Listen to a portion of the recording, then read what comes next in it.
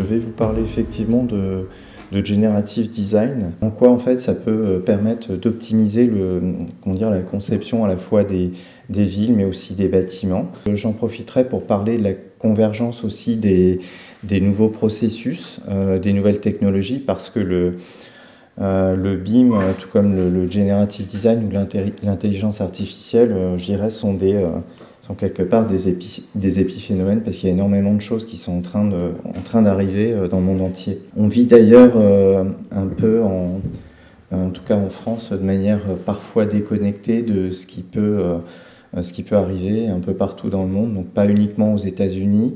On a vu que les pays asiatiques sont très forts de ce point de vue-là en termes de recherche.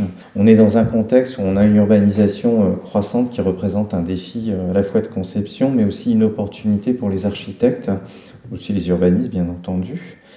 On sait qu'on aura besoin de produire énormément de bâtiments à vitesse grand V. On sait que les jeunes générations ne s'intéressent pas non plus forcément au secteur du bâtiment, parce que c'est un secteur qui est dur, qui est problématique, qui n'est pas forcément rémunérateur.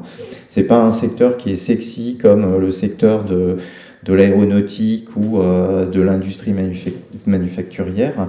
Donc il y a un besoin d'intéresser ces jeunes générations, et les nouvelles technologies sont aussi un moyen d'attirer ces jeunes-là. On ne peut plus imaginer qu'on va concevoir comme on le faisait depuis 30 ans. C'est encore le cas je dirais, de manière générale en France, à part les entreprises qui sont à la pointe. On conçoit et on construit de manière relativement traditionnelle. Donc il faut changer les choses. Et cette opportunité, c'est aussi une opportunité pour les architectes, et face justement à ces défis à la fois de l'automatisation ou de l'accélération de la production au travers de moyens intellectuels, l'architecte a un rôle à jouer justement, et il est là pour apporter cette intelligence et cette créativité, cette sensibilité. D'ici 2050, on aura à peu près 75% de la population qui habitera dans les villes.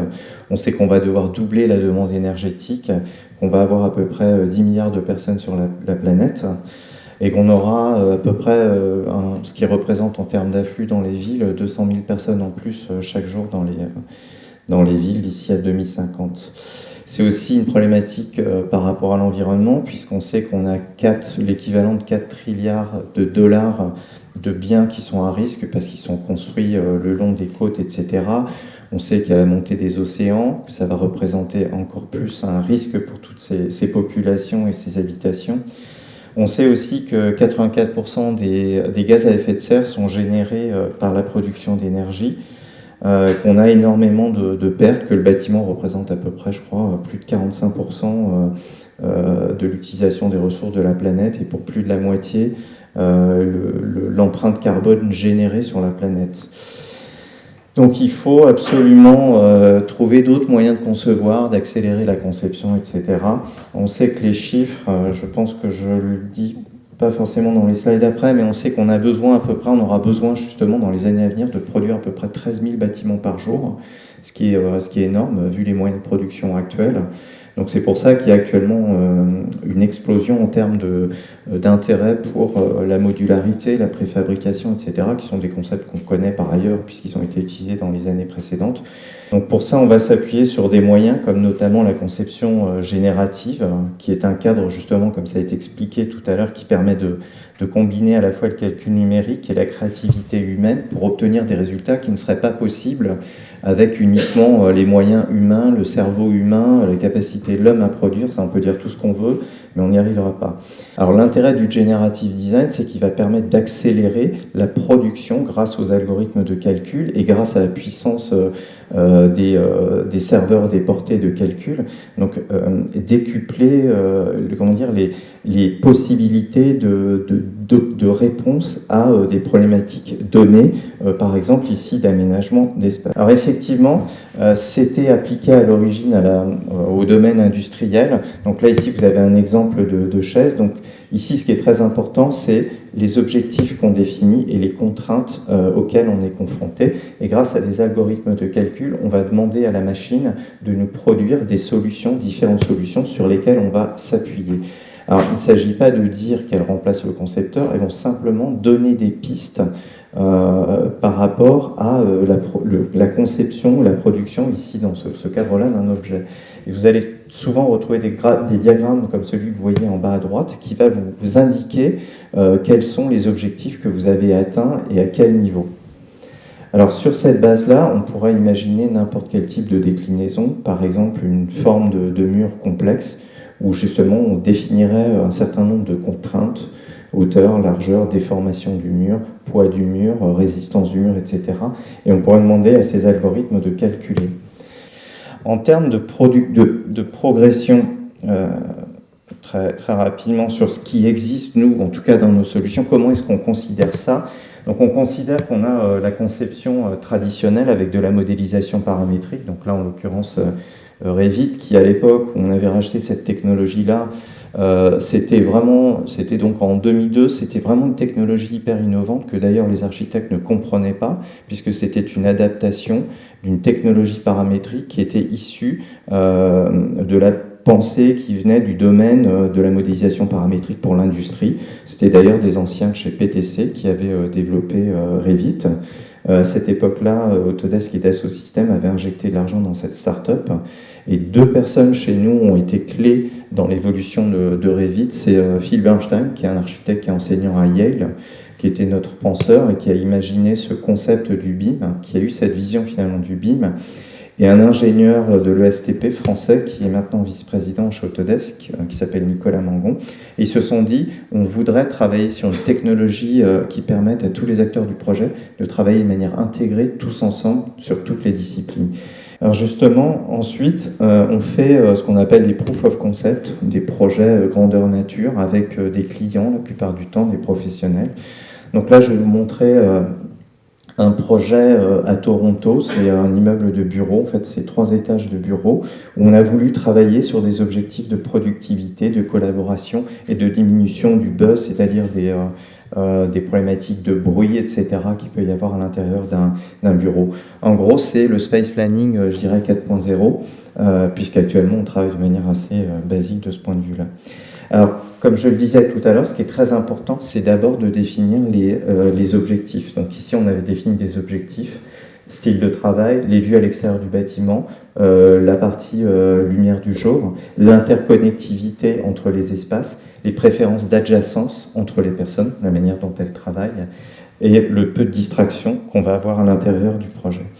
Il y a d'autres objectifs qu'on rajoute, bien entendu, qui sont des objectifs plus quantitatifs. Donc on avait besoin de 3 niveaux de bureaux, l'équivalent de 48 000 square feet, 11 salles de réunion, 6 salles multifonctions, des salles, des phone booths, et on a intégré le nombre, bien entendu, le nombre de personnes qui devaient travailler à l'intérieur.